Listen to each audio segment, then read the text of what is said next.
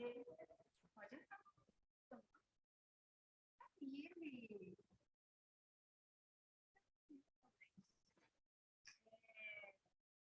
Se tiver justificado, sim. Tem que mandar uma foto do atestado, uma foto do carro quebrado.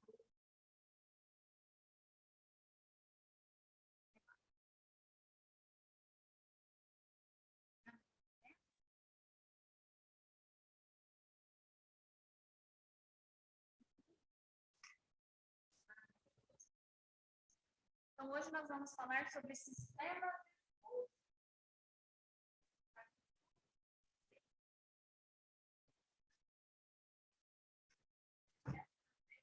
Vai estar 6, se não me engano, 7 também.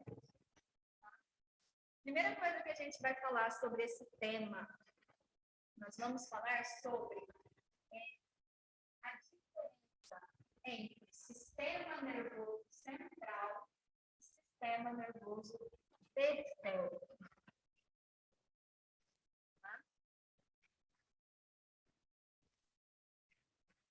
Então, primeira coisa, quando perguntarem para vocês o que é sistema nervoso? Sistema nervoso é um conjunto de células que vão transmitir informações. Como que essas informações serão transmitidas dentro do nosso corpo? Através de impulsos. Esses impulsos, em sua grande maioria, são impulsos elétricos. Como que esses impulsos vão ser transmitidos? Através do nosso sistema nervoso, passando pelos órgãos do nosso corpo. Tá? As informações, elas vão ser, as mensagens, né, vão ser captadas através de estímulos do ambiente. E o nosso corpo aprende a interpretar e arquivar essas informações. Por exemplo, você está lá uma festa e um cara está aqui. Como que eu devo interpretar essa informação? De que ele está aqui com você. Então, é uma informação que eu preciso aprender a interpretar. Outra coisa, eu ponho a mão numa panela quente. O que eu preciso fazer? Eu fico lá para todo sempre? Eu tiro a mão automaticamente. Então, é um estímulo que o ambiente está me dando ali está quente. Qual que é a forma que eu vou interpretar? Preciso retirar. Essa mensagem de pôr a mão em algo quente e tirar é feita de forma lenta ou rápida? Extremamente rápida. Às vezes você mal falou e já está tirando. Então, isso demonstra que a transmissão de informação na minha mente, ela é muito rápida. Tá? Ótimo. Então, essas mensagens viajam no nosso cérebro numa velocidade gigantesca. Tá? Se vocês forem procurar impulsos nervosos na internet, vocês vão ver que é uma esse impulso. Sabe quando tem raio, na velocidade do raio? Os impulsos nervosos são mais rápidos do que a velocidade. Então, por isso que eu consigo raciocinar e ter uma resposta muito rápida. Ou, por exemplo, se eu escuto o barulho de um tiro, a minha resposta é muito rápida. Eu consigo entender um sinal diferente. E eu vou para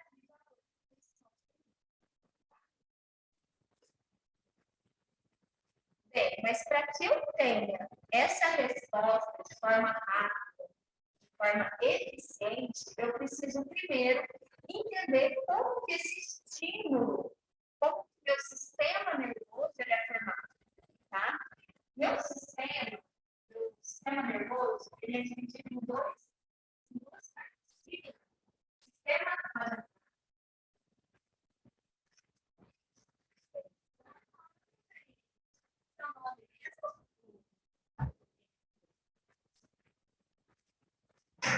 tava achando estranho, Emily. Falei para as meninas, falei, uai, a Emily tá aqui, ela não vai te faltar.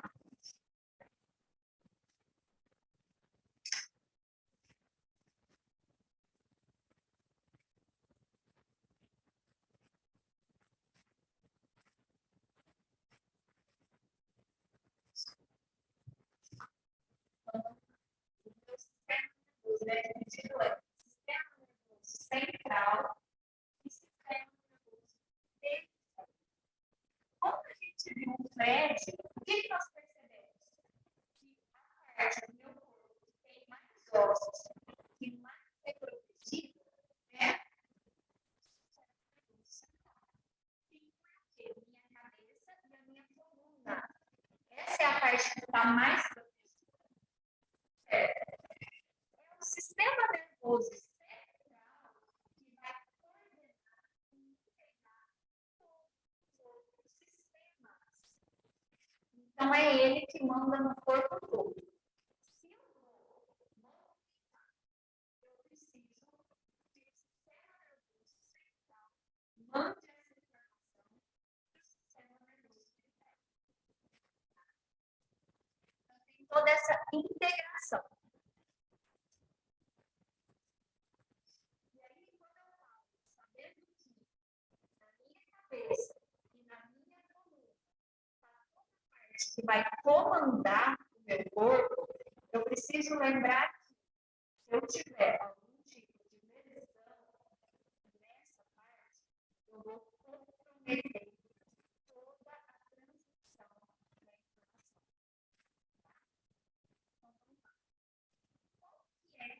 A menor célula do meu sistema nervoso. A gente viu que como é uma célula? Vocês lembram?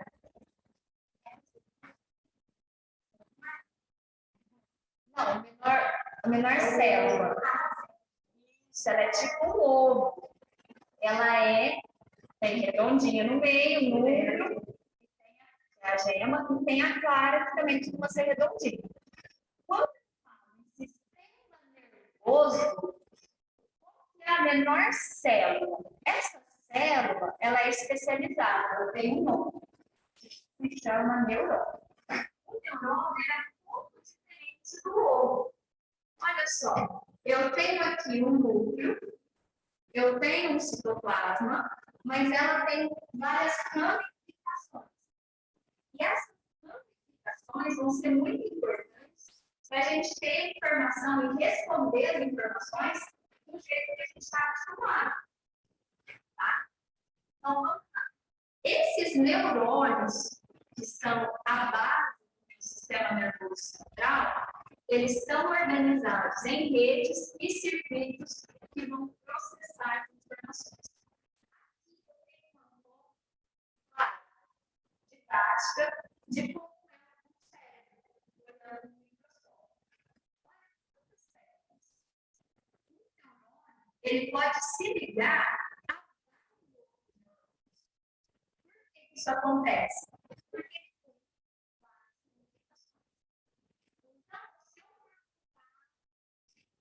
nesse exato momento, que a gente está falando de neurônio, de sistema e tudo mais. Se eu perguntar para Maria Carla, Maria Carla, qual que é o nome do país em que você vive? Brasil. A gente estava em outra coisa. Como é que ela consegue acessar essa informação tão rápido? Por causa dessas várias conexões. A informação, ela está muito acessível para a gente. Se eu fosse fazer uma pergunta dessa para o computador, como é que eu vou fazer? O que eu precisaria fazer? Abrir um arquivo do Excel, do Windows Explorer lá, achar uma pastinha, país onde eu moro, e enfim, encontrar a resposta. Nesse caso, o nosso cérebro ele pode ser muito mais rápido. Ele tem a informação lá. Agora, se eu perguntar para vocês, quanto que é 4 dividido por 2? 2. Eu faço conta rápida. Agora, conforme eu vou aumentando a complexidade, as informações estão como se estivessem mais escondidinhas dentro do meu cérebro. Tá? Professora, os neurônios, eles estão criando na cabeça da gente mesmo. Ótima pergunta. Esqueci seu nome. Larissa? Tainá. Tainá? Não, tá certo. É a Thaís que faltou. Tainá. Nós nascemos com uma quantidade X de neurônios. Tá? Os neurônios, eles se multiplicam? Não. Os neurônios não se multiplicam. Então, se eu levar uma pancada muito forte e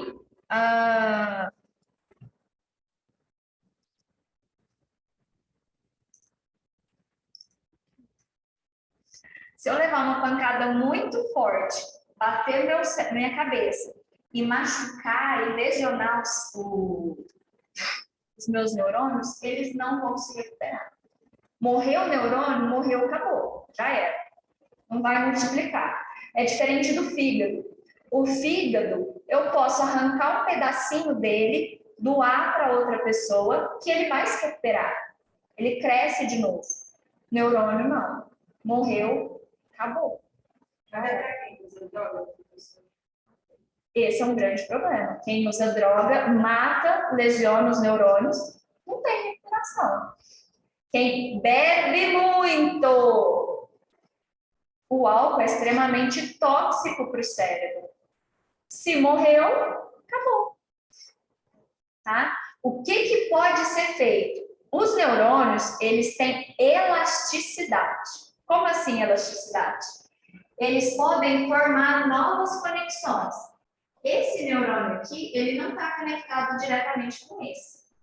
Se eu treinar, estudar, ele pode começar a se ligar com esse neurônio aqui. Então, os neurônios que eu tenho, eles podem fazer novas ligações, aprender coisas novas, mas ele não multiplica a quantidade. A quantidade é fixa. Aí, pessoal, quando a gente está pensando nisso, começa a surgir várias perguntas na nossa mente. Uma foi a que a Thaís fez. Tainá. Foi a que a Tainá fez. Será que a quantidade de neurônios que eu tenho, ela é fixa? A gente já viu que sim, mas eu posso aprender coisas novas.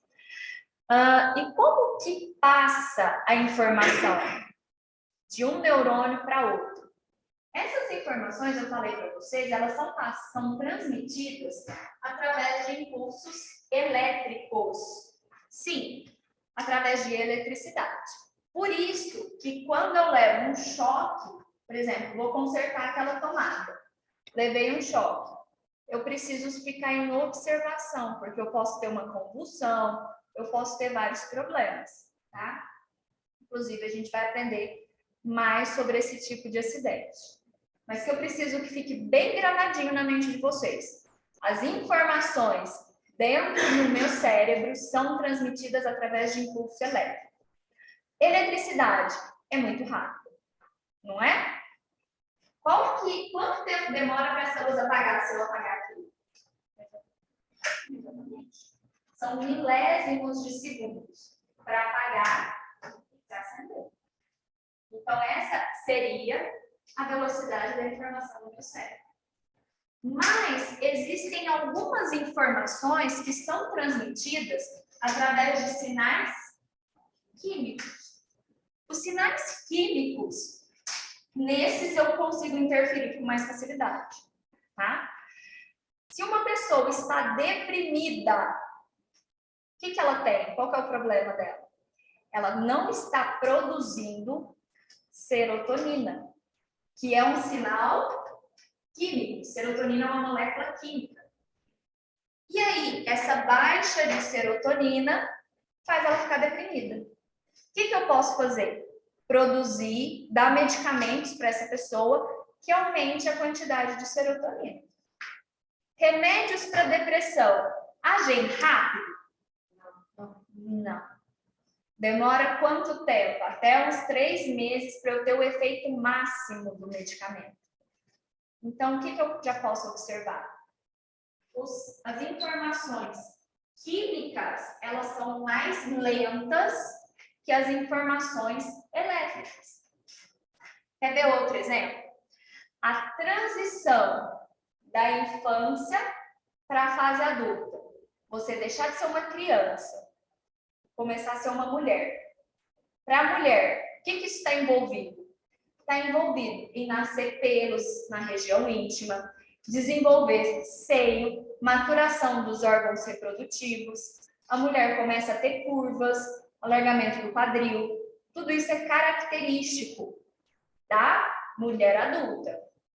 Essa fase de transição da infância para a fase adulta demora quanto tempo?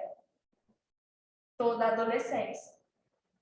Então, toda essa transformação é feita através de sinais químicos.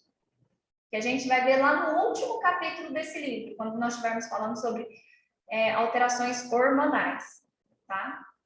Então, tudo isso é feito através de informação química. Informação química é lenta. Informação elétrica, ela é muito mais rápida. Professor, posso te fazer uma pergunta? Ó, se a gente estiver tomando um remédio, como se for antibiótico, se você tomar o horário errado, não mata a bactéria, né? Ou deixar de tomar um dia, esquecer, porque nem anticoncepcional. Não é ideal. O ideal é tomar sempre no mesmo horário. Mas, tipo, e se esquecer de tomar um dia e tomar Os um outros. dia no horário certo? O que vai acontecer? Você não vai ter mais os 98% de proteção. Vai cair para 95%, 94%. Aí você tem que pensar. Estou disponível para essa falha?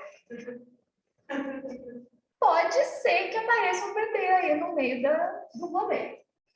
Tá? Gente, se eu aumentar um neurônio, eu vou ter essa imagem aqui. Eu posso dar nome a cada uma dessas partes, tá? A parte que lembra o ovo, que lembra a célula que a gente tinha aprendido antes, eu chamo de corpo celular, tá? Depois, as partes do neurônio que ligam um do outro, eu chamo de dendritos. E eu tenho também o axônio. Além do axônio, o axônio serve para quê? Transmitir o impulso elétrico. Tá vendo essa parte verde? Essa parte verde chama-se bainha de mielina. Guardem esse nome, bainha de mielina. Por que isso é importante? Porque quando eu falo em várias doenças, como por exemplo, esclerose múltipla, eu estou falando em uma doença que vai afetar a bainha de mielina, vai destruir essa bainha de mielina. Bainha de mielina.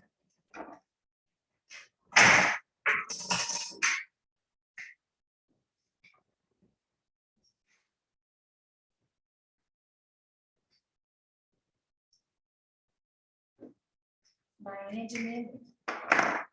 Tá? Então, vamos entender melhor essa diferença entre um e outro. Dendritos vai ser onde ocorre a recepção das informações. Certo? Então, um neurônio vai estar ligado com outro neurônio, não é? Em vários lugares. Todo lugar onde um neurônio está mandando a informação, ele se liga, eu chamo de dendrito. Axônio é onde eu vou transmitir o impulso nervoso. Sendo que essa parte verde é a bainha de mielina. Ótimo. Essa bainha de mielina ela é formada de quê? Gordura. Professora? Gordura. Ótimo. Então, vamos imaginar. A gordura, ela passa impulso elétrico? Não passa. Então, olha como é importante. Quando eu penso na bainha de mielina, o impulso elétrico, ele pula nesse intervalo. Então, a bainha de mielina, ela não é contínua. ela tem pequenas falhas. Para que servem essas falhas? Para o impulso elétrico e pulando. Quando o impulso elétrico pula, ele vai mais rápido do que se ele estivesse indo de forma contínua pelo axônio. Tá? Então, essa é uma das primeiras coisas que a gente tem que lembrar bem. Quais são as 4 partes que compõem o neurônio?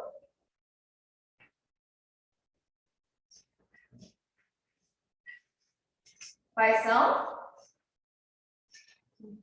Corpo celular, axônio, dendritos e a bainha de mielina. Essas são as 4 partes. Corpo celular, dendritos, axônio e bainha de mielina. Essas são as 4 partes que compõem um neurônio, tá? Isso é uma pergunta muito clássica de concurso. Corpo celular, dendrito, axônio e bainha de mielina. Essa imagem aqui, deixa eu ver se eu consigo pôr para vocês. Isso aqui vale a pena.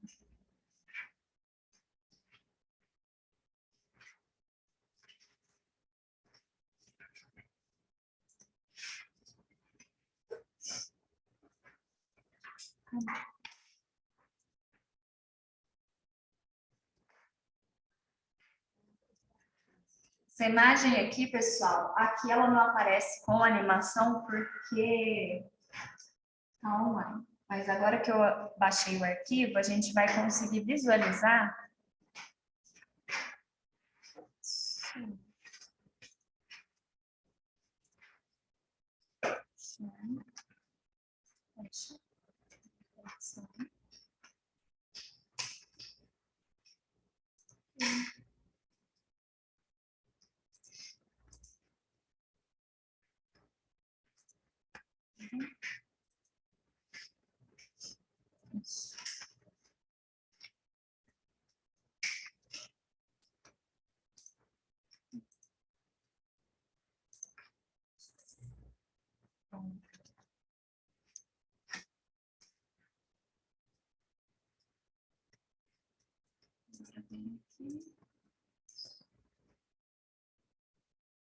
Aqui, essa aqui, olhem aqui embaixo.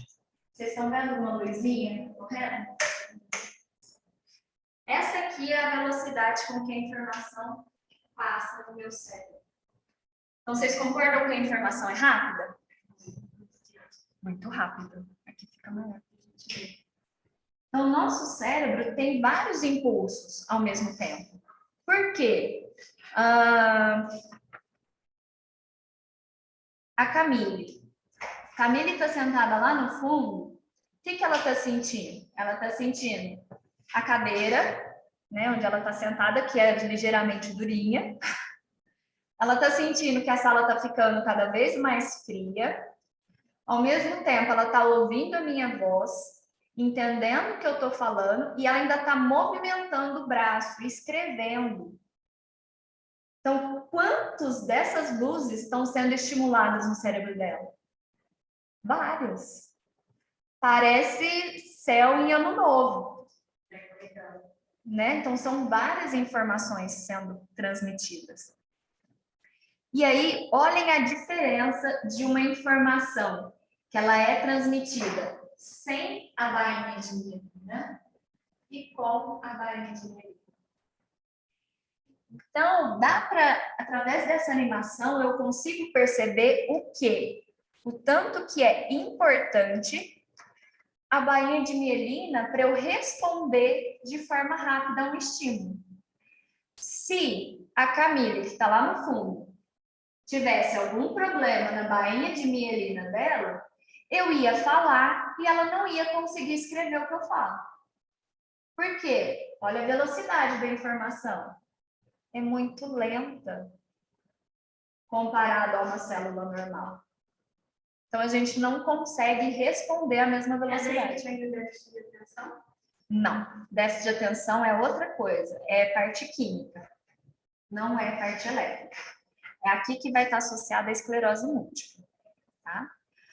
E aí, pessoal, um novo termo para vocês anotarem aí é sinapse, tá? Tem aqui, ó, sinapse.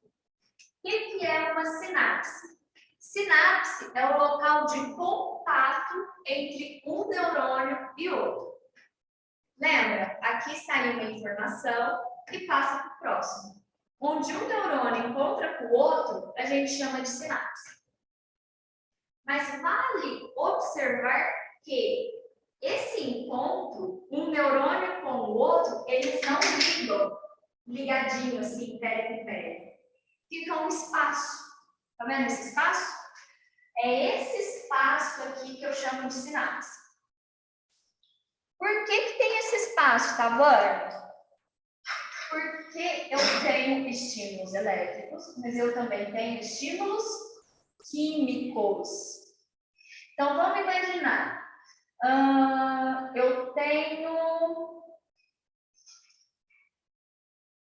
Eu vou assistir um filme que eu gosto muito. Toda vez que eu assisto aquele filme, eu tenho uma sensação de prazer. Para mim, não existe nada melhor do que chegar em casa, quietinha, de preferência sem ninguém em casa, apagar as luzes, estourar um balde de pipoca, pôr um bom filme e assistir. Me dá uma felicidade completa. O que acontece nesse momento? Vem um estímulo, quando eu chego em casa, estou sozinha, começo lá a apagar as luzes, preparar para eu assistir um filme. Vem um estímulo. Ó, tá vendo? Você vai sentir prazer daqui a pouco, você vai sentir alegria, satisfação. Essas bolinhas aqui, tem o que aqui dentro? Serotonina, que é o hormônio da felicidade. Ó, tá vendo? Vai sentir prazer daqui a pouquinho. Então, vamos jogar a serotonina na fenda sináptica, nesse espaço aqui. Quando a serotonina se liga no neurônio da frente, tá vendo aqui, ó, que a bolinha tem um receptor para ela? Eu sinto alegria. Essa alegria, pessoal, ela dura muito tempo? Não. Por quê? Eu não tenho a serotonina para ficar aqui, ela não fica aí para todo sempre. A alegria é tipo momentânea, né? Ela mostra pra alegre e depois já passa pra triste. Sim. Eu posso chegar aqui na faculdade, e aí, pessoal, beleza? Aí o Pedro não, Luiz Felipe. Ele é o que não vem. Luiz Felipe olha para mim e fala assim: nossa, professora, seu cabelo tá horrível. Caramba, Luiz Felipe, nossa, já tá tão triste. E já fico triste. Oscila também, não é estável. Tá? Por que isso acontece? Porque essas substâncias químicas, esses neurotransmissores, eles ficam aqui. Dentro do meu cérebro, eu tenho células, tenho substâncias que passam aqui e limpam as fendas sinápticas. Então, o que vai ser importante para mim? Apenas as serotoninas que se ligaram. Aquelas serotoninas que se ligaram, elas vão me dar uma sensação de prazer. As outras vão ser limpas, vão ser reaproveitadas depois para uma outra coisa. Agora, imagina uma pessoa que ela tem depressão.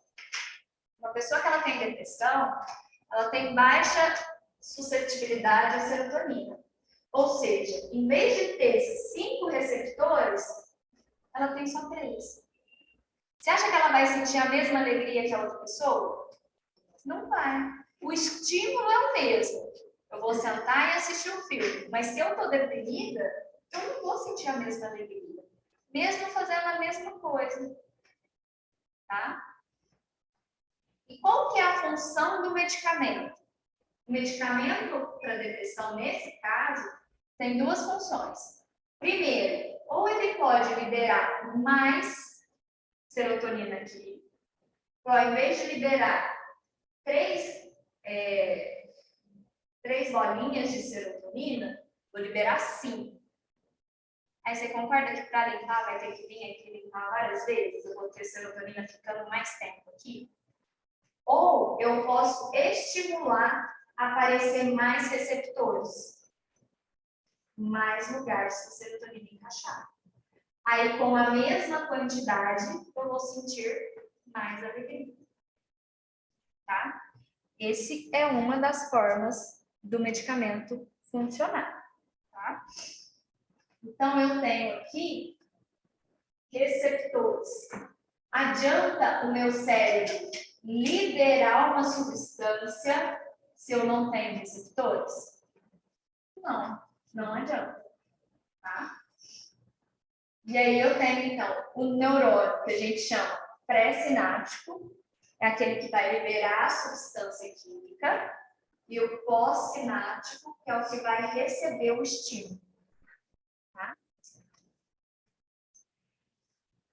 Certo, Tabani? Quais são essas substâncias que são liberadas nessa fenda sináptica, nesse espaço? Eu tenho vários. Aqui eu trouxe os principais.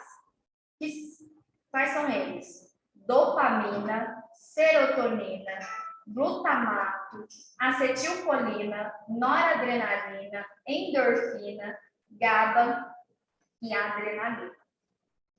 Vamos lá. Dopamina é a sensação de prazer.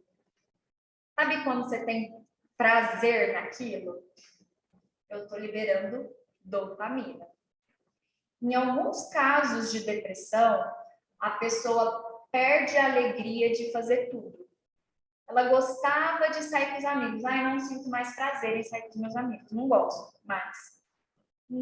Prefiro ficar em casa. A pessoa gostava de estar com a família. Não gosto mais. Prefiro ficar sozinha. Ela vai perdendo os prazeres da vida. Nesse caso, a depressão dela não está associada com a serotonina, mas está associada à dopamina.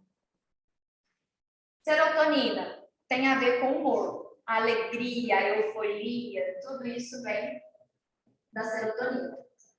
Glutamato é envolvido com a parte de memória. Quando a gente está com a memória com grande déficit, pode ser por causa do glutamato. Acetilcolina está associado com a atenção. Noradrenalina. Tanto a noradrenalina quanto a adrenalina, elas estão associadas a uma sensação de alerta, de luta ou fuga. É a questão do tiro que eu falei para vocês. Sempre que eu tenho um estímulo desses, libera adrenalina e noradrenalina no meu corpo. Meu corpo se prepara para fugir, para correr. Como que ele se prepara para fugir, para correr? Eu vou ter esses neurotransmissores no meu corpo, eles vão ter algumas reações. Exemplo, quando eu estou com muita adrenalina e muita noradrenalina no meu corpo, a pupila do meu olho dilata. Por quê? Porque eu preciso enxergar bem o meu agressor, aquilo que vai acontecer comigo. Então, a pupila do olho dilata. Os pelos do corpo ficam euriçados, ou seja, fica tudo arrepiado os pelos do corpo. Por quê? Na natureza, isso dá a sensação de que a pessoa é maior. Você pode ver um gato, se você vai para cima de um gato, ele arrepia tudo. Acontecem as mesmas coisas com os pelos do nosso corpo. Fica tudo arrepiado. O esfíncter anal. Tá na hora de fazer cocô? Não. Então, trava. Sabe aquela expressão, não passa nem uma agulha? Não passa mesmo, porque trava. Adrenalina e noradrenalina faz isso, ela trava o esfíncter anal. E além disso, todo o meu sangue, ele é jogado para os músculos, braços e pernas. Por quê? Eu preciso correr, eu preciso fugir, preciso lutar. E além disso, vai liberar também um pouquinho de endorfinas, né? Então, o que vai acontecer comigo? Hoje, menos, né? Antigamente isso acontecia. Você vai fugir de alguma coisa e você se corta. Você não sente. Você fala assim, nossa, cortei, nem vi. Isso acontecia muito quando a gente... Eu vivi pouco isso, mas morava na roça, ia fugir de uma vaca brava, um touro, essas coisas. Você passava na cerca, você se cortava, você não sentia. Você ia sentir depois, a hora que você acalmava. Por quê? Eu não posso sentir dor nessa hora. Eu preciso fugir. Então, pequenas dores, eu não vou sentir. Tá?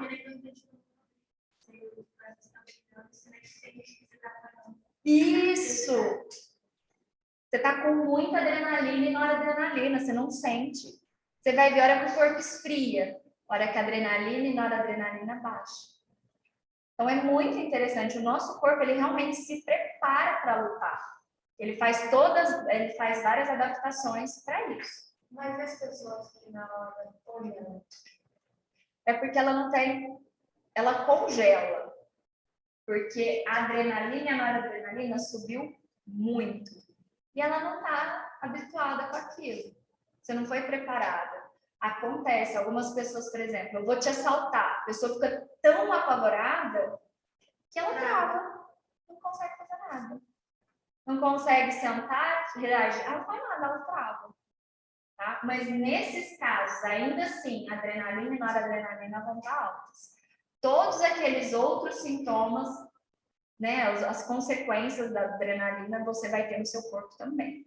Mas você não foi treinada para reagir a essa situação. Policiais, bombeiros, pessoas que lidam com alto nível de estresse. O que eles fazem? Eles são treinados para situações em que a adrenalina e noradrenalina está muito alta. O que eu preciso fazer nessa situação? Aí eles são treinados a lidar com isso, tá? E os outros aí, a endorfina vai trazer euforia e endorfina. Lembra o nome de qual substância? Lembra para vocês algum nome? morfina, Morfina.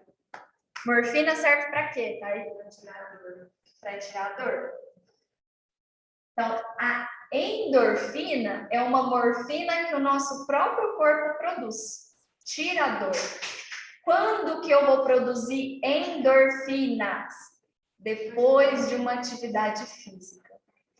Triste, muito, mas a gente tem que fazer atividade física para ter a produção de endorfina, sentir prazer e tirar a dor que a gente tem no corpo, tá? E o GABA vai ter uma ação calmante no corpo. Certo, Tavani, eu já entendi que nós temos vários neurotransmissores, substâncias químicas que serão liberadas lá na fenda sináptica, mas eu estou ansiosa. Qual que é o meu problema? Será que é na dopamina? Será que é na noradrenalina? adrenalina. Tem como eu saber? Tem como eu fazer um exame de sangue e saber qual neurotransmissor que está com problema? Não tem. Então, o que os médicos fazem? Olha, eu estou muito triste, não tenho energia, não quero fazer nada, não estou com atenção e não tenho prazer em nada. Nossa, pode ser vários neurotransmissores. O que os médicos falam? Vamos fazer um teste com esse medicamento. Você vai tomar ele por uns 3, 4 meses. E aí você volta aqui, que eu quero ver como é que você está. Por quê? Durante esses 3, 4 meses, eu vou ver se você vai ter uma melhora. Aquele medicamento que eu te passei, geralmente, a primeira opção é trabalhar com a serotonina, tá? Comecei a tomar um medicamento, melhorei, o médico acertou, o meu problema era na serotonina. Estou tomando um medicamento há 4 meses, doutor, não melhorou nada, eu até estou um pouquinho melhor, mas continuo com esse problema. Não, então nós vamos mudar o medicamento. Agora eu vou passar para você um que pega dopamina. Vamos tomar mais 4 meses e eu quero que você volte aqui. O médico vai fazendo teste. até acertar a medicação. Por isso, quem tem depressão, ansiedade, transtorno bipolar, hiperatividade, às vezes é difícil acertar a medicação. Demora muito. Porque eu preciso, primeiro, ver qual desses neurotransmissores está com problema.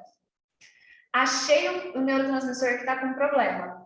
Ótimo. Agora eu preciso acertar a dose do medicamento. 1 comprimido, 2 comprimidos, 3 comprimidos, para ver qual que vai dar certo. E às vezes o meu problema não está só na serotonina. Está na serotonina e na dopamina, nos dois. Então eu preciso tomar medicamento que pega os dois. Tem vezes que o organismo costuma ter que passar para outro remédio. Tem, causa tolerância. E nesses testes que vai fazendo, se aumentar, tipo, não dá nenhum problema? Aumentar a dose? Tipo, ela, por exemplo, o problema está na dopamina. O problema não está na dopamina, mas ela está tomando para a dopamina. Aí vai aumentar o estímulo. Ela fala assim, ai, doutor, eu tô sentindo assim, eu tô mais sensível. Ela vai sentir outros efeitos, mas não vai melhorar a queixa dela, que é a tristeza. Ai, mas eu continuo triste, continuo chorando. Ah, então seu problema não tá na dopamina. O médico vai acertando a medicação de acordo com o relato do que está incomodando o paciente. Tá? Então, o paciente tem que ser muito sincero com o médico. Cavani, nós somos atendentes de farmácia, a gente não receita remédio controlado. A gente não receita fluoxetina, sertralina, topiramato, bupropiona. A gente não receita esses remédios. Por que você está falando isso para a gente? Por que a gente precisa saber disso? Porque cabe a vocês acalmar o paciente. O paciente, quando ele está numa crise depressiva ou ansiosa, ele quer que o problema se resolva logo. Ele começa a tomar o remédio, ele quer que semana que vem ele já tenha a vida que ele tinha antes. Não vai ser assim. Vocês agora sabem. Comecei a tomar o remédio da ansiedade, vai demorar para você ficar bem. E eu preciso explicar isso. Falar assim, ó, você vai tomar, vai demorar um pouquinho para você ficar bem. Mas o que é importante? Você não abandonar o tratamento. Que a pessoa toma 1 mês, ai, não melhorei, não vou tomar mais. Ai, não deu nem tempo. Esse remédio não presta. O povo fala muito isso. Nossa, mas você não deu tempo do remédio fazer efeito. Tem que dar tempo. E uma vez que eu acertei o medicamento, eu vou ter que tomar ele por pelo menos um ano e meio, até 2 anos. Tá? Então, gente, eu preciso fazer com que esse paciente tenha adesão ao tratamento, que ele entenda que ele não pode abandonar. Tá? E aí nós temos algumas patologias, que o pessoal chama de química das emoções. Vamos lá. Se eu tenho esquizofrenia, vocês sabem o que é esquizofrenia? Aquela doença que a pessoa começa a ouvir vozes, ver coisas, exatamente. Pessoa esquizofrênica, ela tem dopamina muito alta. Tá? E a pessoa com ansiedade, ela tem a dopamina muito baixa. Tá vendo? O excesso e a falta são um problema. Eu preciso ter ela numa concentração ideal. A pessoa feliz, ela tem muita serotonina. Enquanto a pessoa com depressão, ela tem baixa de dopamina e baixa de serotonina. Aí tem que tomar remédio para a pessoa? Tem que tomar remédio. Não tem outro jeito, tem que tomar remédio. Associado à atividade física. Tá? É porque, professora, fazendo exercício, também, tipo assim, faz algo no cérebro, eu não lembro que falaram para mim, tipo isso, que tem alguma coisa que é estimulada no cérebro que traz felicidade quando a gente faz muito exercício físico, né? Exatamente. Ajuda na produção das endorfinas, lembra? As endorfinas que só vão ser produzidas com a atividade física. Então, aí eu começo a não sentir dor e aos poucos ela vai ajudando. a subir a quantidade de serotonina e dopamina. Pessoas que são depressivas ou ansiosas não querem tomar medicação, ótimo, mas entendam que por um período você vai ter que tomar. E se você não quer ficar dependente de medicamento, você vai ter que fazer atividade física, senão você será eternamente dependente do medicamento, tá? E quando eu estou amando, pessoal, o amor é maravilhoso. Por quê? Olha lá, eu tenho serotonina, felicidade, eu tenho dopamina, prazer, e eu ainda tenho ocitocinas. Sim, tudo isso vai fazer eu me sentir plena. Por isso a pessoa que ama, ela até brilha, né? Ai, estou amando. Porque eu tenho a produção de todos esses neurotransmissores, tá? E quando eu estou numa situação de luta ou fuga, adrenalina e noradrenalina estão bem altas, tá? Então, vamos entender agora os tipos de neurônios que eu tenho. Gente, existem aqui 3, mas a gente vai focar nesses 2 tipos de neurônios. Quais são eles? Neurônios sensoriais e neurônios motores. Sensorial, de sentir. Por que eu sinto frio? Por que eu sinto calor? Por que eu sinto arrepio? Sinto as coisas ásperas, lisas? Porque eu tenho um neurônio lá no meu sistema nervoso periférico que tem essa sensação. A função dele é receptor sensorial, tá? Eles são muito importantes. São eles que me impedem de enfiar a mão numa faca, de cortar o dedo, de me machucar. Se eu sentir alguma coisinha, eu já paro. Essa é a função do neurônio sensorial. Tem uma função de proteção, tá? Para eu não me mutilar. E eu tenho os neurônios motores.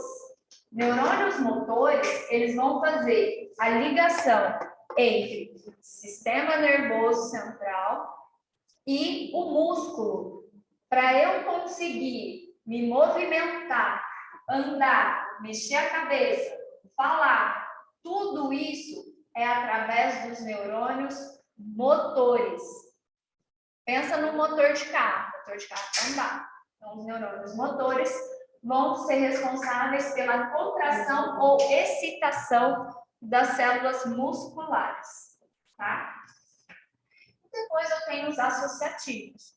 Os associativos é que vão fazer a ligação do neurônio sensorial com o sistema nervoso central. Neurônio motor com o sistema nervoso central. É só o meio do caminho, tá? Ele não tem uma função assim tão específica como o sensorial e o motor.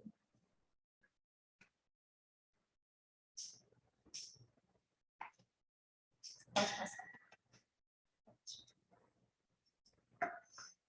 Então, olha só, o neurônio sensorial, onde que ele fica? Ele fica aqui, bem embaixo da minha pele, tá? Vocês já observaram que às vezes eu faço um corte que é tão superficial que nem dói? Não dói, não sangra. Por que isso acontece? Porque aquele corte não atingiu a parte sensorial. Se eu estou sentindo dor, é porque está chegando no nervo. Está chegando no neurônio sensitivo. E a parte motora? Olha só. Ele vai estar ligado diretamente ao músculo. E vai ser responsável pela contração e relaxamento do músculo. Tá?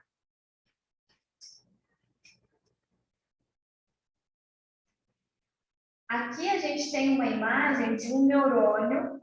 Gente, eu aconselho muito vocês seguirem essa página, tá? Professor Clayton Afiso, no Instagram. É muito boas as animações que ele coloca. Muito, muito, muito boa. Eu amo as figuras que ele põe. Aqui ele está mostrando um neurônio ligado no músculo. Olha só como que ele é ligado. Eu consigo ver aqui levemente as bainhas de mielina. Tá vendo essa parte meio verde e amarela? É a bainha de mielina. E os dendritos, eles vão se ramificando. E se liga aqui como se fosse um pé de galinha. Tá? Então, é bem legal porque essa dá uma imagem mais real. Nem tanto o livro didático, né?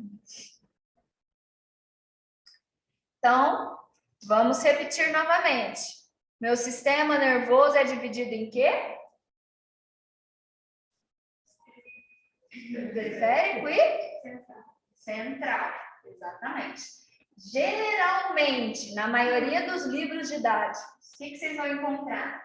Sistema nervoso periférico em azul, tá? E o sistema nervoso central em vermelho.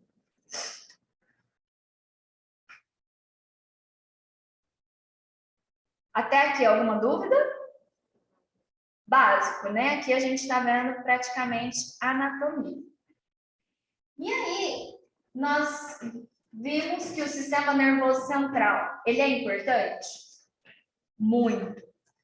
Tanto é que, se eu cair, sofrer um acidente e tiver algum problema, lesionar, por exemplo, uma vértebra aqui, na minha lombar, né? Daqui para baixo, não passa nenhum impulso nervoso. Eu vou ficar numa cadeira de rodas. Por quê? Porque eu lesionei a minha coluna.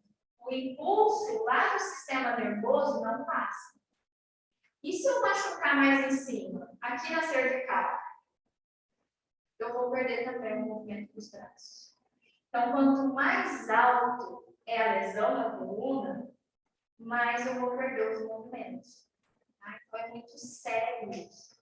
O sistema nervoso central, ele precisa ser muito protegido. Por isso, teve um acidente, algum problema, a pessoa está lá, toda quebrada. Eu vou tirar ela, eu vou movimentar essa pessoa? Não. Por quê? Dependendo do jeito que eu pego essa pessoa, eu posso lesionar a coluna dela, deixar ela numa cadeira de rodas. Por isso que a gente não mexe numa pessoa que sofreu um acidente, tá? E aí, pessoal, vamos falar do nosso cérebro. Essa máquina tão linda que nós temos, tá? Nosso cérebro, ele pesa aproximadamente 1,5 kg. É pouco, né? Quem faz compra no mercado aí sabe, 1,5 kg de carne é um titico, né? Dá para uma refeição. E eu tenho várias partes do meu cérebro. Quais são elas? Eu tenho, quando eu falo em cérebro, eu estou falando nessa parte vermelha e essa parte verde. Tá? Quando eu falo no tronco encefálico, eu estou falando no mesencéfalo, que é essa parte bem verdinha aqui, na fonte, que é a parte laranja, e no bulbo. O bulbo já é o comecinho da coluna vertebral. Tá? E por fim, eu tenho o cerebelo, que é essa parte em vinho aqui. Tá? Cada uma dessas partes são responsáveis por uma característica. Tá frio? Não, minha cabeça caiu. Tá? Cada uma dessas partes vão ser responsáveis por uma função do meu corpo. Tá?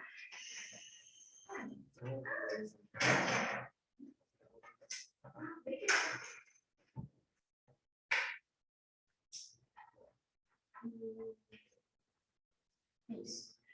Essa parte aqui do telencéfalo, essa parte que a gente está mais acostumado a ver, né? Que parece um intestino. Essa parte, pessoal, ela é dividida em hemisfério direito e esquerdo, tá? Porém, elas têm função cruzada. Então, se a parte direita tiver um problema, eu vou ter problema no meu lado esquerdo do corpo.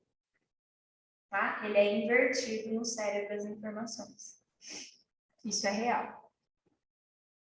E aí vamos a cada uma das partes. Quando eu falo em cerebelo, que é essa partezinha aqui de baixo, ó, mais gordinha, o que ela é responsável? Ela é responsável, pessoal, por coordenar os movimentos precisos do corpo. e manter o equilíbrio. Então, se eu entendo que se eu chegar um pouquinho mais para frente, vai chegar uma hora que eu vou perder o equilíbrio, isso é graças a essa parte aqui, a parte mais traseira do meu cérebro. Por isso, quando eu caio e bato a cabeça aqui atrás, eu fico meio tonta, eu perco o equilíbrio. Essa parte aqui fica comprometida, tá? Ela também é responsável pelo tônus muscular, ou seja, ela vai regular contração e relaxamento de músculo. Essa parte aqui é uma parte voluntária, ou seja, eu consigo falar músculo contraia, músculo relaxa. Isso é graças a essa parte, o cerebelo. Depois eu tenho o tronco encefálico, que é onde a coluna vertebral acaba e começa o cérebro, essa parte aqui. O tronco encefálico, ele vai controlar partes involuntárias. Quais são essas partes?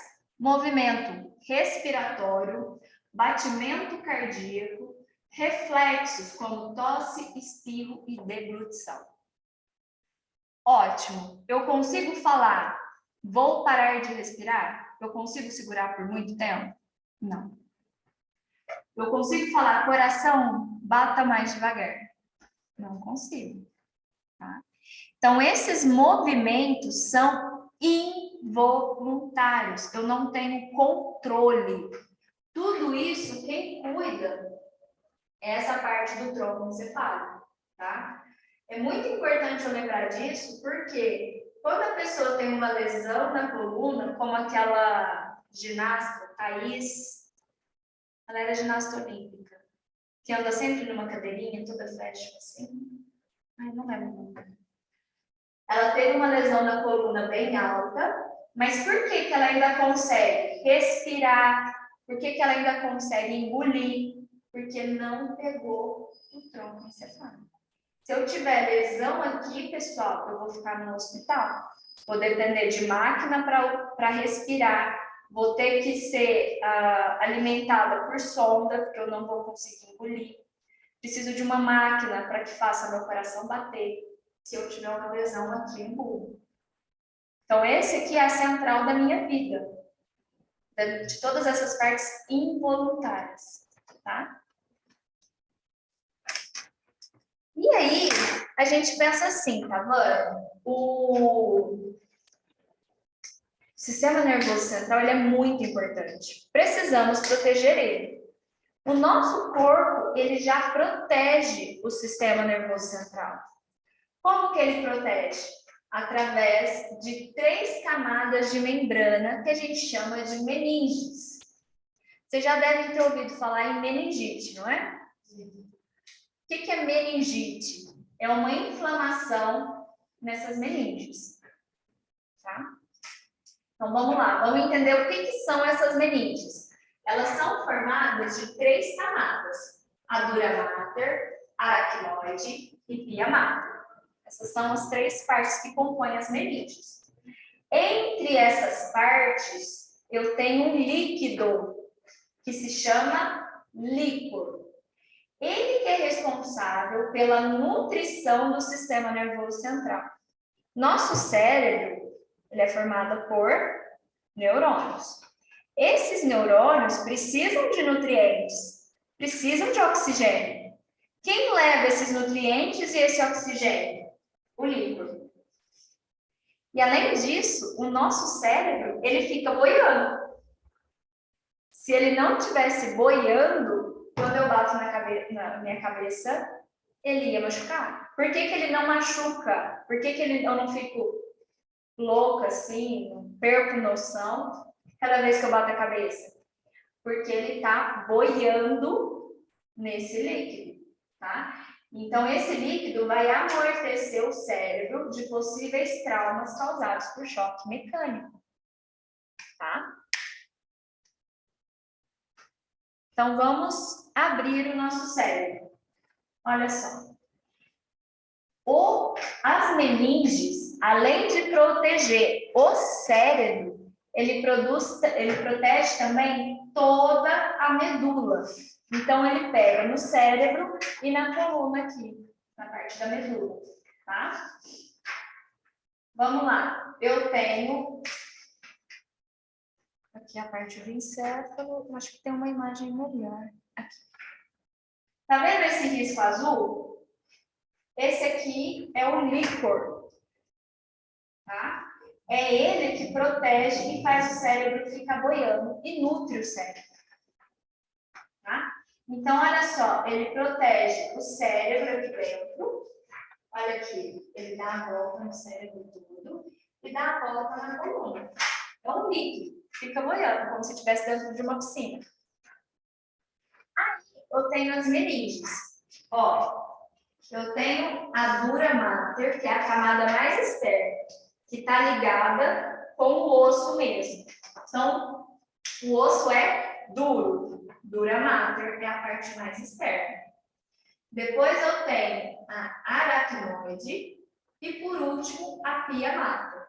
A pia mater é a que está ligada no cérebro mesmo, tá? Está ligada diretamente na minha massa encefálica, nessa parte aqui, tá? E como eu mencionei para vocês, se eu tenho uma inflamação nas minhas meninges, eu tenho meningite. A pia mater interna. É interna. Aqui, ó, aqui fica melhor para a gente ver. Se eu fosse cortar a minha cabeça, eu tenho a pele, o osso, olha como o osso é grossinho. Pois eu tenho dura mater, aracnoide, pia mater, e olha só, a pia mater ela está ligada direto no cérebro. Então, quando eu tenho uma lesão no crânio, é importante eu entender onde está essa lesão.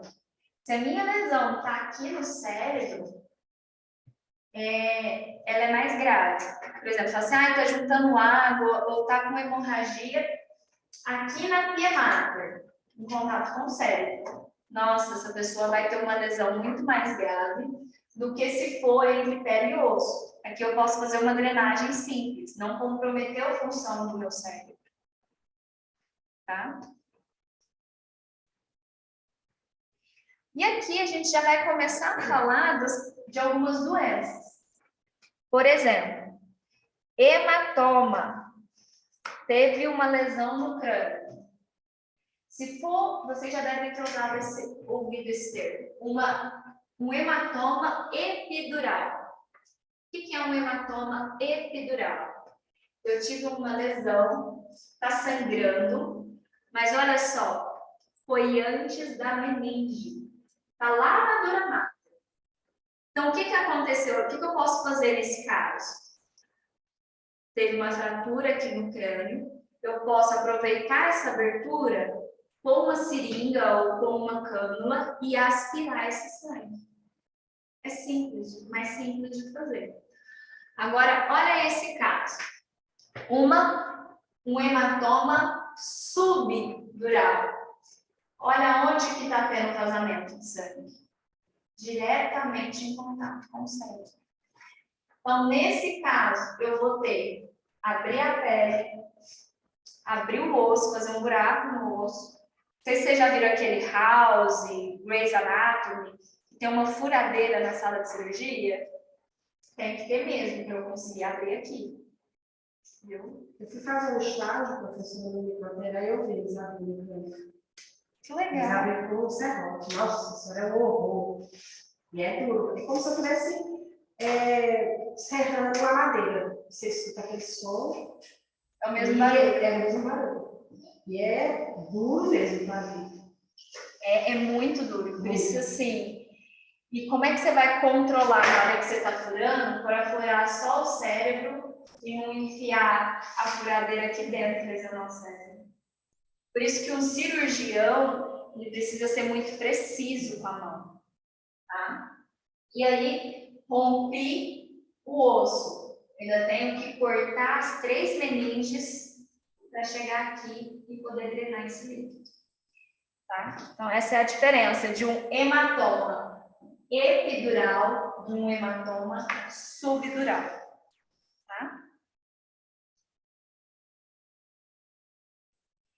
Vocês lembram quando a gente falou de parte óssea? Eu falei, tem a coluna, tem o T3, C, T, 1, 2, 3, L. Então, para cada um deles, nós temos pares de nervos que saem da coluna, tá? Os nervos vão ter a mesma sigla dos ossos. Eu tenho os nervos cervicais, os nervos torácicos, e os nervos lombares e os nervos sacrais. Tá? E aí sai cada um para um lado. Abre assim a coluna. Tá? Função da medula, gente. Então, a gente viu que lá no cérebro, cada pedacinho tem uma função, não é? Quando eu penso na medula espinhal, ela também tem uma função específica. Qual que é? Conduzir o impulso nervoso para o restante do corpo e coordenar atos involuntários. Os meus reflexos não sobem para o cérebro. Eles vêm só até aqui na coluna e voltam. Exemplo, panela quente. O ato de colocar a mão na panela e tirar é um reflexo. Ele passa por aqui. Não poderia ser uma resposta química. Pensa se fosse química. Relei a mão. Vai subir o estímulo, vai chegar no neurônio, produzir um neurotransmissor, uma molécula química, ligar para depois eu ter resposta. Então, impulsos elétricos que chega até na coluna e volta. Vocês já devem ter visto aquele teste que você põe o joelho assim, você bate, dependendo do lugar que você bate, o pé faz um movimento involuntário, um reflexo. Esse reflexo também vem aqui da coluna. Tá? Ele bate aqui na coluna. E quando você está cochilando, aí você tem aquele reflexo da coluna. Também é um reflexo involuntário. Esse tipo de reflexo geralmente acontece quando a pessoa está muito cansada. Tem um nome. Mas é como assim, se o nervo tivesse o músculo tivesse tão cansado, que aí ele dá esse espasmo muscular, tá? É legal quando você está muito cansado ou está muito estressado. Tem muita informação e aí você dorme e você dá uns... Tem gente que chega a pular da cama. Eu faço isso. Desde eu não falo isso pra mim. Então, você cansa muito o corpo durante o dia? Ou seu trabalho é mais parado? Não trabalho, mas tipo, eu não parado, não consigo. Sou muito irritada. Mas, Agora eu vou uma coisa, eu vou fazer uma louça no meu quarto, tem qualquer coisa. A gente não fica parado. então isso vai se refletir também no seu sono. No seu caso, é muito mais de estresse, de ansiedade, do que de cansaço muscular. No seu caso. Tá? Então, aqui são os pares de nervos que a gente já falou.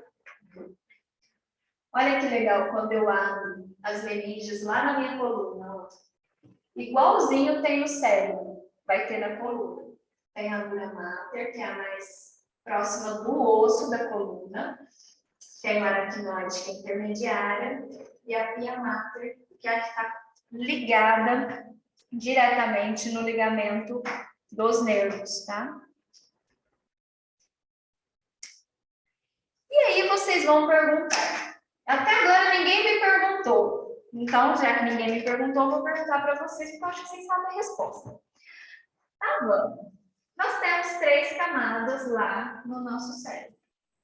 Para que servem essas camadas, essas 3 meninges? Para proteger o cérebro. De quê? De lesão. De lesão eu tenho líquor.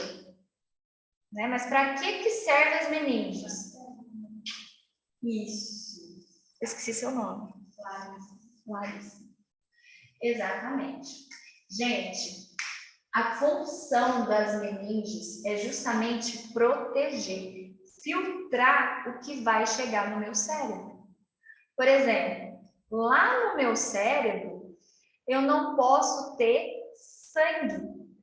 Se eu tiver sangue mesmo, sangue vermelho, eu tô com uma hemorragia no cérebro, conhecida como AVC. Então, essas barreiras, essas meninges servem para, primeiro, filtrar, não chega glóbulos vermelhos lá no cérebro. Hemácia, sangue, não chega. O que chega lá? Chega o plasma. Então, o que causa o AVC? O AVC nós vamos falar daqui a pouquinho. Tá? Então, gente, vai limitar também o que chega no meu cérebro. Vamos imaginar, criança, menor de 2 anos, pode tomar qualquer medicamento? Não. Não. Por que ela não pode? Porque é a cabeça dela. Exatamente, a gente viu isso na aula, na parte óssea. Além disso, a barreira, as meninges dela ainda não estão bem formadas. A partir dos 2 anos, quando as meninges estão bem estruturadas, elas fazem essa função de filtrar. Eu tomo um medicamento, esse medicamento não chega no cérebro. É interessante falar isso, pessoal, porque bebida alcoólica, o álcool, vocês acham que ele passa no cérebro? Nossa, por isso que a gente fica bom. Não é? Senti assim uma coisa de experiência, não sei, posso estar enganada. O álcool em si, pessoal, ele não passa. Perdão, ele passa a barreira hematoencefálica. Exatamente por isso que eu tenho as reações, igual você falou. Tá? Só que tem um problema. O álcool, ele é tóxico para os neurônios. Ele mata neurônio. Olha que maravilha. E neurônio multiplica? Não. Nossa, que triste. Exatamente. Então, quanto mais tarde eu começar a beber, ou se eu não beber, eu estou preservando a saúde dos meus neurônios. Tá? Só que, nesse caso, entra em ação o nosso fígado. Qual que é a função do fígado? Metabolizar. O fígado, ele tem um ato de puro altruísmo. Ele fala assim, o cérebro, o meu sistema nervoso central, ele é muito importante, eu não posso perder ele. O que eu vou fazer? Vou transformar o álcool, OH, em aldeído. Quando ele transforma o álcool em aldeído, o aldeído não consegue mais chegar no cérebro. Só que o aldeído é extremamente tóxico para o fígado.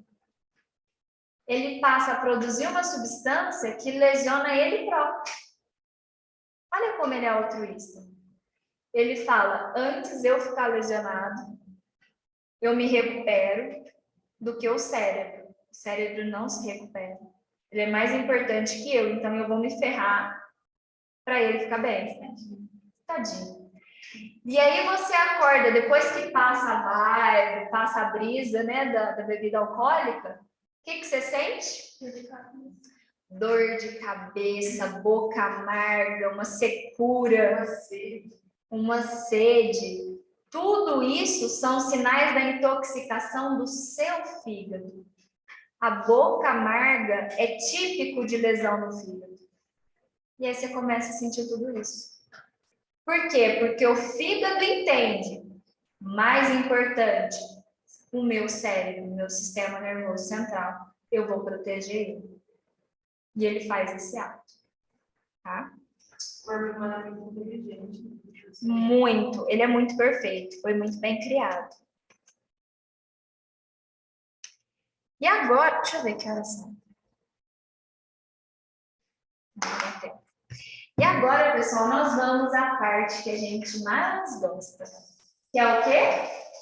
Patologias, as doenças, que é por causa disso que nós estamos aqui.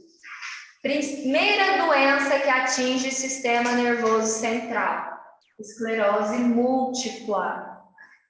O que é a esclerose múltipla? É uma doença autoimune que afeta o cérebro. Então, o nosso sistema de defesa começa a achar que a bainha de mielina é uma bactéria, é algo que precisa ser destruído. E ela começa a destruir a bainha de mielina.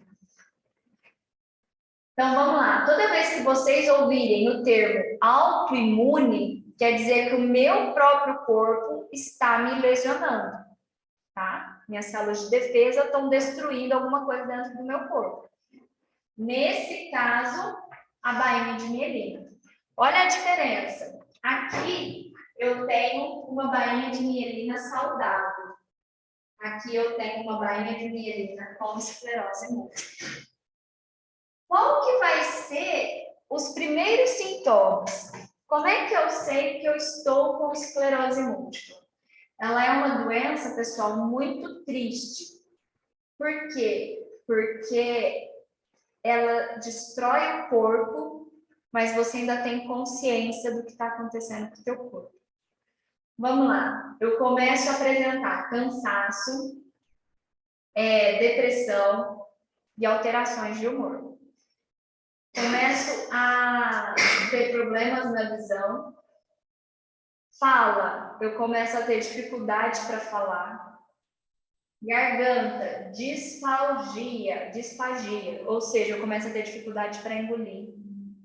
Depois, eu vou tendo fraqueza muscular, até que evolui a um ponto em que eu não consigo mais me movimentar. Sensorial, eu começo sentindo dor. Depois vou parando de ter sensação tátil. Não sinto mais nada. No intestino, pode dar diarreia ou constipação, pode ficar com o intestino preso. E no sistema urinário, a pessoa começa a vazar xixi, fazer xixi na roupa. Então, é uma doença muito triste, porque ela aprisiona a pessoa no corpo dela. É muito triste. Até teve esses dias no Fantástico, não sei se vocês viram a reportagem daquela mulher que fazia a Grande Família, a Bebel. Ela tá com esclerose múltipla. A explicação que o Dr. Drauzio Varela deu foi ótima de como que a esclerose múltipla age. Vale a pena depois vocês assistirem novamente a reportagem. Mas o que causa isso, professor? Não se sabe. Em algum momento, geralmente doenças autoimunes, elas têm ou um fator genético, eu já tenho uma predisposição genética a ter, e vem muito também de causas ambientais. Uma pessoa que não tem uma alimentação saudável, não cuida da saúde, não faz atividade física, e passa por um período de estresse muito intenso, ela pode desenvolver uma doença autoimune. É igual câncer. Eu sempre falo, pessoal, o que eu não ponho para fora, o que eu não falo, o meu corpo dá sinal. Ele vai dar sinal através de queda de cabelo, através de uma gastrite, através de um câncer ou através de uma doença autoimune. O corpo fala o que eu não falo. Isso é verdade. Sim. Então a gente precisa tomar muito cuidado, tá? Com altos níveis de estresse, tá? Eu tô passando por isso, tipo, eu tô ficando muito estressada, meu cabelo tá caindo muito. Muito mesmo, cai muito. Você vê a esposa do Will Smith, a alopécia dela, ela perdeu o cabelo por conta de uma doença autoimune que veio devido ao estresse. É muito sério, igual a gente tem períodos que eu fico muito estressada e meu cabelo cai mais. A angústia falando isso também. Sim. Precisa tratar a base, a ansiedade, essa angústia, para não piorar, tá? Então, vamos lá. Principais sintomas, além daqueles que a gente viu. Cognitiva, a pessoa passa a ter dificuldade de aprender coisas novas, de dificuldade de aprendizado, tá? A visão dela fica comprometida. ela passa a ter problemas para engolir, bexiga e intestinos, ela perde o controle, tá? Ela não consegue segurar o xixi, segurar o cocô, ela perde o domínio, passa a ter disfunção sexual, perde a mobilidade e, por fim, as suas funções sensoriais, ela não sente mais nada. Fica aprisionada dentro do Isso corpo. vai acontecendo aos poucos, professora. Vai evoluindo. Tá? Existem remédios para tentar fazer com que ela evolua de uma forma mais lenta. Se eu não tomar medicamento. Mas não tem nada que impede da não leitura. Não, o resto da vida. Lembra, neurônio não se regenera. Uma vez que ele morre ou que a bainha de mielina fica comprometida, acabou. Não tem mais o que fazer. Então, por exemplo, nossa, eu estou com um problema de deglutição. Eu descobri que eu tenho esclerose múltipla porque eu não estou mais conseguindo engolir. Ótimo, eu vou tomar remédio, eu não vou perder as outras coisas, mas o problema para engolir, se eu já perdi, eu perdi. É uma doença muito, muito, muito triste da gente ter contato, tá? Próxima doença, epilepsia. Vocês já devem ter ouvido falar. O que é a epilepsia? Epilepsia é um distúrbio neurológico onde as atividades normais das células ficam alteradas. Lembra que no meu cérebro tem impulsos elétricos andando? No cérebro de uma pessoa que tem epilepsia é carnaval. É informação para tudo quanto é lado. Mas você tirou o choque, professor? Um pro outro? Não, não. Não. É só muita informação. Muita informação ao mesmo tempo. E o cérebro fala, vamos resolver essa bagunça. Resultado, ele desliga a pessoa. Pessoa que tem epilepsia, ela sofre com muitas convulsões. O que é a convulsão? Excesso de informação no cérebro. E o cérebro fala assim, vou desligar essa pessoa. Pessoa que ela está tendo convulsão, ela perde a consciência. Ela cai no chão, começa a se debater, baba, bate em tudo, mas ela em si não está consciente do que está acontecendo. As convulsões, elas podem durar até uns 15 minutos, tá? Nossa, depois que volta, o corpo deve ficar muito dolorido, né, professora? Fica. A pessoa fica cansada, fica dolorida. E Eu tenho 15 anos, eu não tenho. epilepsia? Não, condição, bastante condição. É 15 anos. nova, hein? Não. Mas ela tem algum diagnóstico? Por que ela convulsiona? Só por isso, eu vou no médico, assim, esse que tem. Entender. Meu filho também vai. Ele tem 1 ano de idade. Ai, que dó. Ele tem você sabe? Aham. Aí tem que acompanhar. Hoje em dia, pessoal, tem muitas medicações que ajudam para quem tem epilepsia ou quem tem convulsões recorrentes. Eu odeio quando o Google começa a dar palpite nas minhas conversas. Nossa, Deus. Uma das coisas que ajuda... Eu achei na web. Uma das coisas que ajuda muito é aquele canabidiol. Para quem tem epilepsia, nossa, eu estou convulsionando muito. Estou usando já vários outros medicamentos, não resolve. Continuo convulsionando muito, o canabidiol pode ser... Canabidiol é o óleo da maconha. É o óleo da maconha. Ele tem sido bem eficiente, tá? Tem outros tratamentos também à base da maconha que ajuda bastante. Para dor? Não para dor, para diminuir a convulsão mesmo. A pessoa para de convulsionar com tanta frequência. Por exemplo, tem gente que convulsiona 3 vezes por dia. Geralmente é indicado o canabidiol quando eu tenho convulsões assim, várias vezes num período muito curto. E isso é liberado no Brasil, professor? Está liberado agora. Mas assim, é bem rígido para você comprar. Difícil um médico que receita. Mas tem que ser analisado caso a caso. Tá? É importante saber que existe, e que realmente é uma Nesse opção. caso de convulsão é a mesma coisa do tipo animal, porque é a mesma coisa, porque eu tenho um cachorro que ele dá muita convulsão. A mesma coisa. Ele toma. Gardenal? Ele toma gardenal controlado para não dar convulsão. É igualzinho. É a mesma coisa. E o medicamento é o mesmo do uso humano, tá? É o gardenal normal que a gente usa. Então, o que acontece? A pessoa que, conforme ela vai crescendo, ela começa a perceber os sintomas de que ela vai entrar numa convulsão.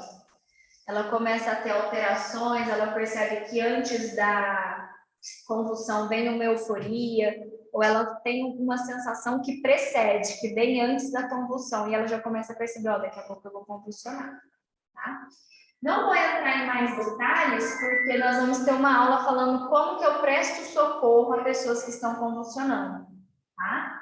Mas o que eu quero que vocês gravem da epilepsia: uma pessoa que tem epilepsia, que convulsiona, nem toda convulsão é porque a pessoa tem epilepsia, mas sempre que uma pessoa tem epilepsia, ela vai convulsionar. É porque o meu cérebro está com muitas informações. Está um carnaval dentro do meu cérebro de informações, e aí eu preciso, o meu cérebro desliga, tá? Próxima doença, mal de Parkinson. Parkinson é aquela doença que a pessoa treme, tá? É muito triste, é uma doença neurológica progressiva, tá? A pessoa vai tendo aí perdas da atividade motora, da coordenação motora. O que a gente vai observar? A pessoa com mal de Parkinson, ela vai ter falta de expressões faciais, o corpo, ele é um pouco mais inclinado para frente, aqueles idosos que ficam meio assim, passo curto, e eles vão apresentar um tremor nas mãos, que a gente chama de... Mas é um tremor na mão específico, como se ele estivesse contando dinheiro, tipo assim, tá? É específico. Pessoas com mal de Parkinson, eles têm problema na marcha, a marcha fica embaralhada, ou seja, ele não consegue andar. E a pessoa com mal de Parkinson, às vezes ela está normal. De repente ela entra numa convulsão, não é convulsão, ela entra em crise. E ela começa a tremer muito, muito, muito, muito, muito. Mal de Parkinson, falei que ela é progressiva, assim como a esclerose múltipla. Se eu recebi meu diagnóstico, eu estou nesse estágio, eu vou tomar medicamento para eu ficar o maior tempo possível nesse estágio e não evoluir. Mas, infelizmente, qual é o fim da vida de quem tem mal de Parkinson? Ficar acamado, com dificuldade de engolir, de fralda e consciente. Ele continua com o cérebro bom, mas o corpo não responde mais. Professor, só treme as mãos, que tem as doenças? Não, por fim treme tudo.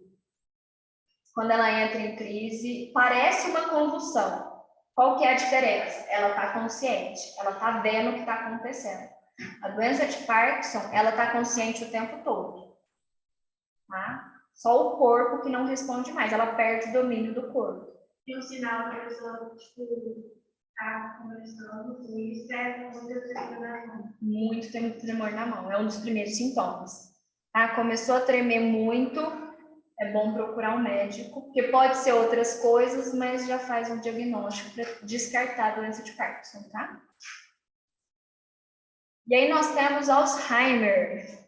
Alzheimer é o irmãozinho da doença de Parkinson, tá? Por que que ele é o irmão? Enquanto o mal de Parkinson, o corpo tá ruim, mas a mente tá boa, no mal de Alzheimer, a mente tá ruim, mas o corpo tá ótimo. O mal de Alzheimer é uma doença também neurodegenerativa progressiva, onde a pessoa começa a apresentar variedades neuropsiquiátricas e alterações de comportamento que vão se agravando ao longo do tempo. A pessoa vai voltando no tempo. Ela não lembra o que ela comeu hoje, mas ela lembra o nome da rua onde ela morava 10 anos atrás. ela vai voltando, tá? Por fim, ela chama os filhos de pai, mãe, Esquece porque quem é os filhos. esquece que tem filho. Nossa, deve ser muito triste, né? Para a família é muito triste. Chega num ponto que ela volta a brincar com brinquedo, com boneca, Professora, volta a ser criança. eu tenho uma amiga que ela é muito gostosa. Eu acho que ela faz como ela se faz, sabe? Às vezes. Porque se perguntar para ela o que é arrumar para cima, ela sabe o que é. Ela se faz. Sério, tipo, ela se Mas a nossa faz. é muito perto também, né? Ela se faz, entende? Ela fala assim, eu tenho Alzheimer. Desse jeito. Mas ela só faz não.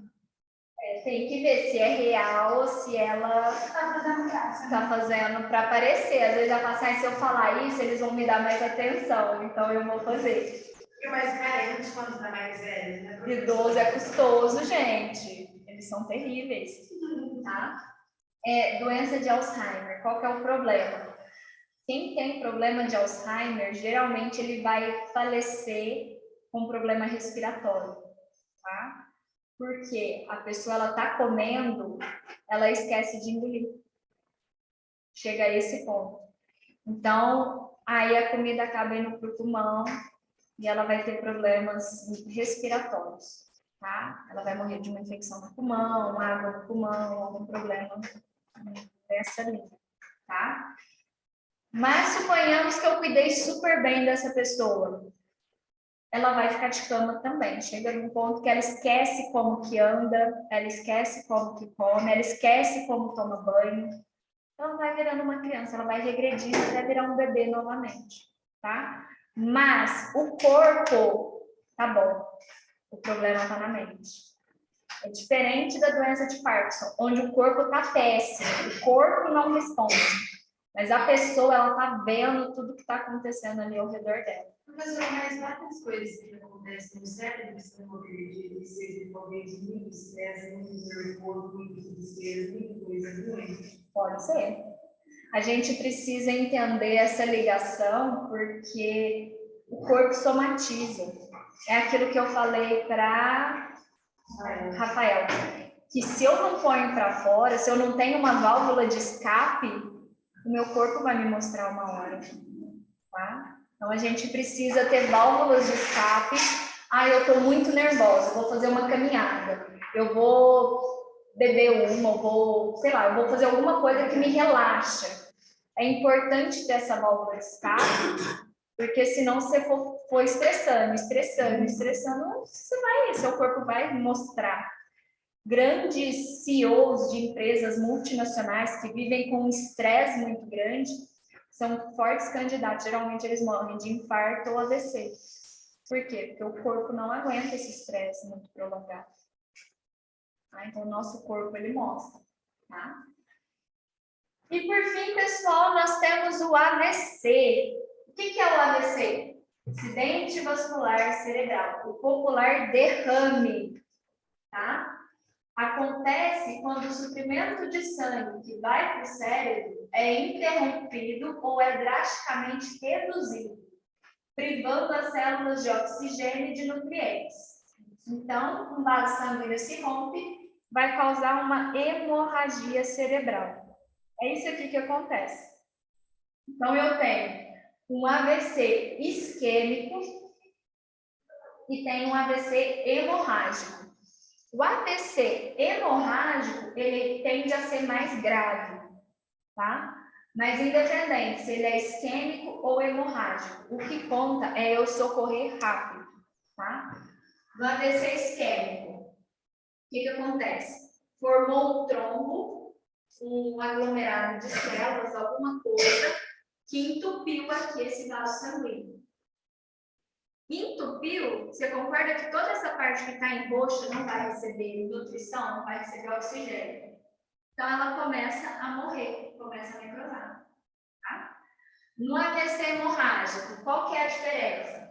A mesma parte entupiu, só que veio a pressão, é igual uma mangueira que você dobra ela. Vem a pressão, pressão, pressão, o que acontece? estoura e começa a vazar sangue por todo esse cérebro. Então, nesses casos, geralmente, o paciente fica com mais sequelas, tá? São aquelas sequelas mais difíceis, é um AVC mais complicado. Não pode. Parece que o cérebro vai morrer naquela parte por Vai perdendo o cérebro, e aí o que acontece? É onde a pessoa, se o AVC foi do lado direito, a pessoa fica sem movimento do lado esquerdo do corpo. Se foi do lado esquerdo, a pessoa fica com o lado direito do corpo sem movimento. Tá? E aí precisa fazer todo um tratamento acompanhado de fisioterapia para ver se consegue recuperar os movimentos do corpo. Tá? Mas aqueles neurônios que morreram, seja por falta de oxigênio ou por causa do sangue que ficou lá, causou vários problemas, e aquele neurônio morreu, acabou. Já era, tá? Então, pessoal, prezem aí os neurônios de vocês, viu? Eles são importantes e eles não se recuperam. Cuidado com as cachaçadas aí de fim de semana.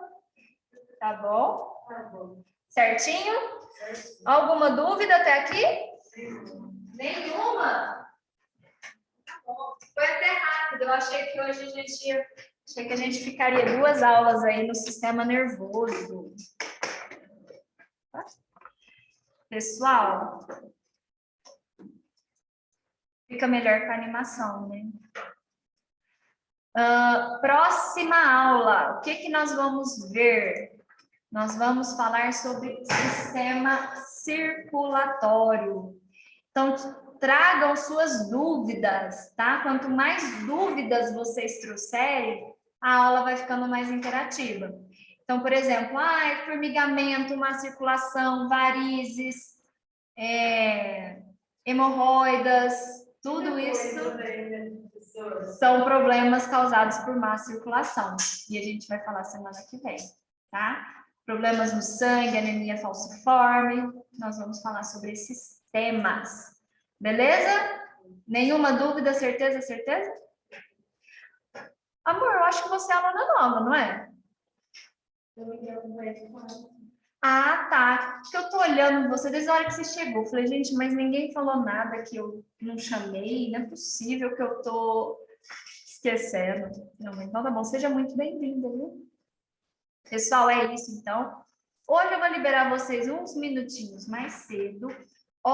Faz pressão lá no grupo de vocês para o pessoal vir na aula. Se todo mundo vier, nós tivermos 100% de frequência, ninguém faltar, na semana seguinte vocês ganham pipoca.